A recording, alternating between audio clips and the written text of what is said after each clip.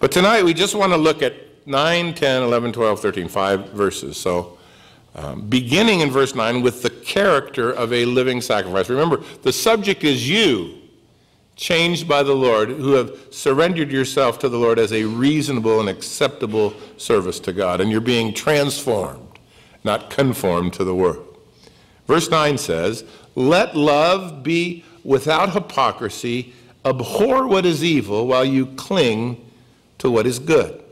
Now, verse 9, 11, verse 12, and verse 16 all contain these little triplets where they are interrelated in the verse itself, but there are three little almost quick exhortations where they have a common theme.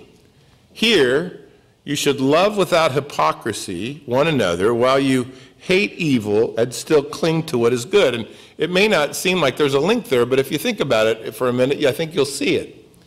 Now, love here is clearly defined. The word love, agape here, is in the scriptures the greatest Christian virtue that you possess once you get saved. Because the word agape describes God's love for man. As such, it is absolutely unattainable by you and I. We don't love people like God loves us. We don't love ourselves like God loves us. We just don't love like God loves. And as you go through the scriptures, you find that the greatest display of God's love was sending his son to die while we were yet sinners. The ultimate sacrifice for the most ungrateful, right? Giving his all for those who don't deserve any. That's agape love. And it is a love that by definition in the Bible is selfless. It is willful in the sense that it is a chosen act. When the Lord says love your enemies, he's not ordering you to feel all goofy inside for them. You know, or I just feel lovely. You hate your enemies. Pretty much that's how you define them. You know, that guy I don't like. How do you know? I don't like him. He must be my enemy. God says love your enemies. It's a willful decision.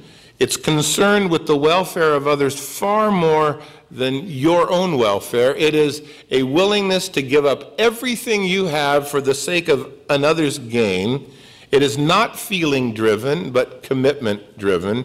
It is others centered, as Gail Irwin would teach you.